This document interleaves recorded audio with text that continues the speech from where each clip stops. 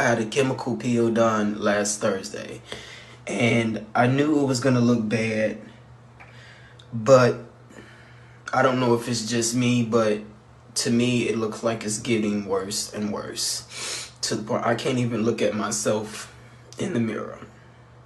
So I want to my face ASAP right now. I'm getting ready to go to the emergency room, try to see what can be done, and hopefully pray to God that this comes off my face. This video is a response to a video that was forwarded to me by one of my clients who I am treating for melasma, and she is a Fitzpatrick skin type 4, which means she is a darker skin type. And she wanted to know my thoughts on this. So this is a video here from a TikToker named Neyo White. And apparently he got a chemical peel that he did not find the results favorable. The video is of him filming himself in the emergency room to be treated for this chemical peel. It looks like from the peeling of this, it looks like it may be a level 3 chemical peel, or maybe between a level 2 and a level 3. Maybe it was left on a little bit too long. I don't know the details of this. However, when you have a Fitzpatrick 4 or higher skin type, those skin types are more prone to hyperpigmentation and melasma, especially when inflamed. So when darker skin types go in for laser treatments or for chemical peels or anything that's a little bit more invasive, you have to start out slower, because their skin is going to react to that inflammation by producing, actually overproducing pigmentation. I'm committing suicide because I can't take this. This, I just can't. Anybody that knows me very well that I'm a survivor of third-degree burns, 90% of my body. And this brings back too many pain, suffering memories. And I can't take this anymore. Now, based on the level of fear and anxiety he is expressing to the world of his, looking in the mirror and looking at his face, I feel horrible. And I'm sure anyone who watched this video also feels horrible for his experience. So I don't know his past skin history. I don't know if he had several peels and the response to this specific peel was so extreme that he's expressing distraught. Or if this is the first time that he is doing this peel and maybe he just was not informed, or maybe he didn't completely understand after the professional did this peel on him, what the expectations were, but apparently he is very distraught by this. So the first thing is, when you have darker skin, you don't want to immediately go in for an invasive peel, such as something that does this. You want to start off with a lighter peel, acids that have larger molecules so it doesn't penetrate the stratum corneum as fast, because the more invasive peels, they're reserved for a skin that has significant skin damage, deeper wrinkles, and people who have hyperpigmentation.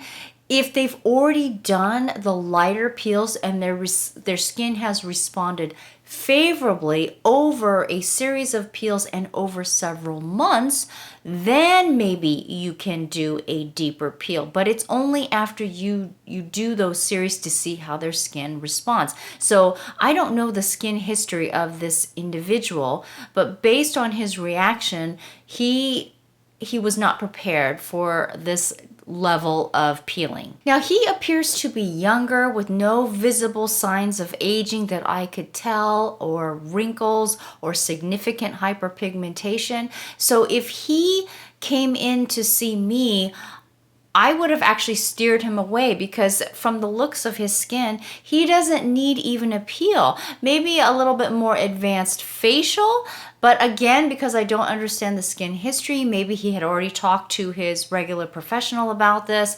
and this is what they recommended. But just based on his skin, I don't know how he came to the conclusion that he needed such an invasive peel. She put the actual chemical peel on, which is a acid. She puts this other stuff on my face, and so like cleaning my face, I guess prepping it for the chemical peel. And then after she puts all that on, then that's when she finally puts the acid itself, which is the chemical peel, on my skin. And then it starts burning. She's like, you'll be fine. She said it's supposed to burn. It was kind of very intense. It felt like, like rubbing alcohol on my skin, but like 3 times more painful. Now, I watched the TMZ video of him being interviewed, and it seems like the way that he described it, that the professional had communication with him of what, he was supposed to be feeling. So, if you are a pro, here is a pro tip from someone who's done thousands and thousands of treatments. So here's a pro tip for the pros.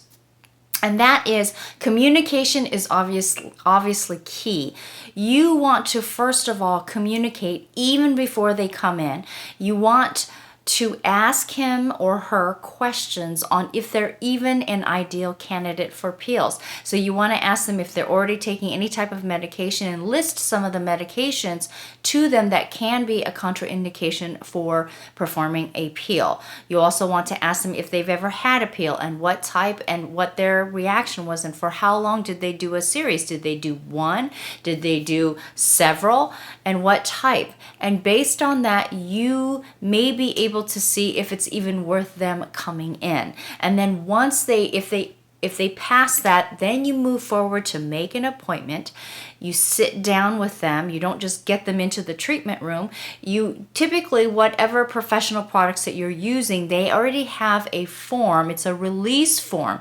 And basically, this release form will usually explain exactly what you're going to be doing, what you may be experiencing, as well as some of the medical conditions to make sure that you don't have, whether it be diabetes or you're using retin A, or you have some sort of allergic reaction to aspirin, all these different questions that they read and sign. So, and it basically says that they have read it, you've gone over it, they understand the risks, and they agree to all of this, and then they sign it. So then you kind of go over it to make sure that they understand what they're about to do. And sometimes if it makes them pause, you've done your job. They understand absolutely the risks that are involved. And you can also, because it's a general form for all different levels of peels, if they're doing a mild peel, you can say, you can experience any one of these or none of these. Some of these are reactions that could happen if you're doing a deeper level peel, but because we're doing a mild peel today, the likelihood of that is very low. But you still need to understand the risks that are involved, and you also have to agree to follow the pre-treatment to prep the skin, and then a post-treatment to help heal the skin afterwards. This is a great opportunity for you to also really understand their skin, and you may end up recommending an entirely different treatment, such as a less invasive facial or a lighter peel.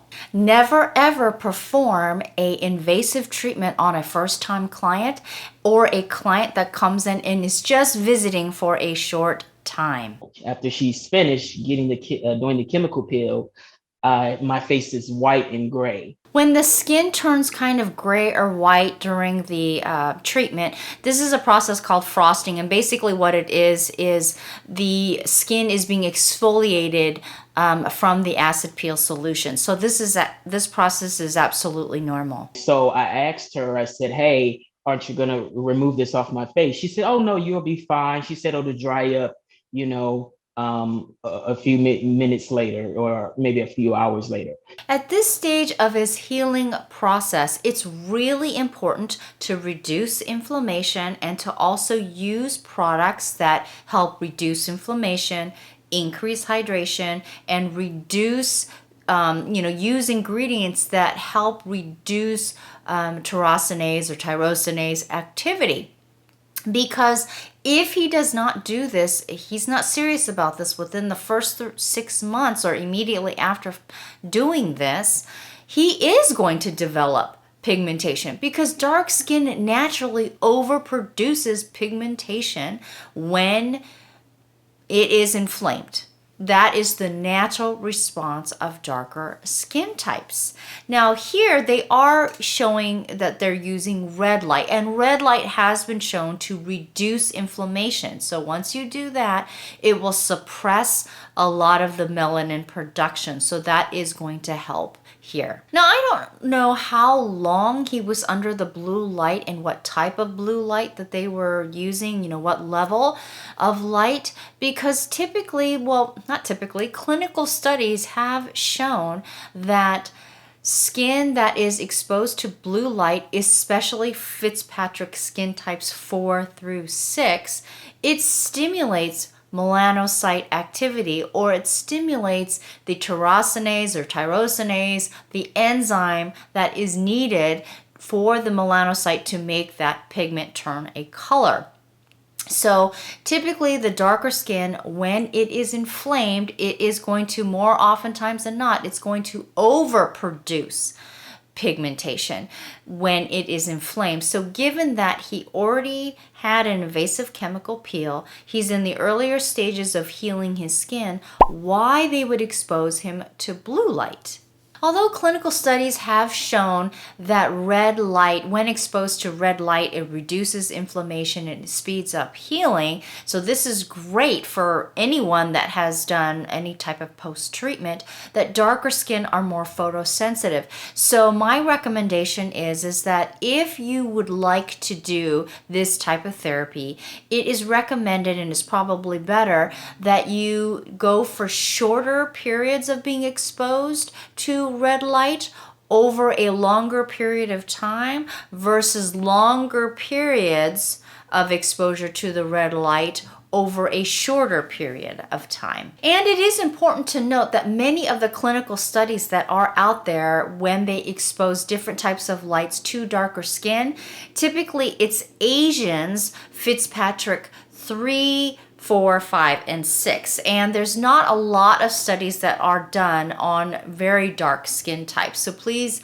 keep that in mind when you are considering doing these type of treatments. So after doing over 26,000 different treatments, especially in the areas of hyperpigmentation, over the course of over 14 years, I would recommend for someone in Neyo's position is to really concentrate on reducing inflammation, involving a professional that can create a protocol for you, using products that not only reduce inflammation, suppress tyrosinase or tyrosinase activity, and using a good physical sunscreen, but also helping to restore the natural skin barrier, because if you don't, you're going to get transepidermal water loss, and there's going to be an increase of peeling. And typically people who are peeling like that, they can't stand it. They want to peel it off, and you don't want to do that, because that can actually cause more superficial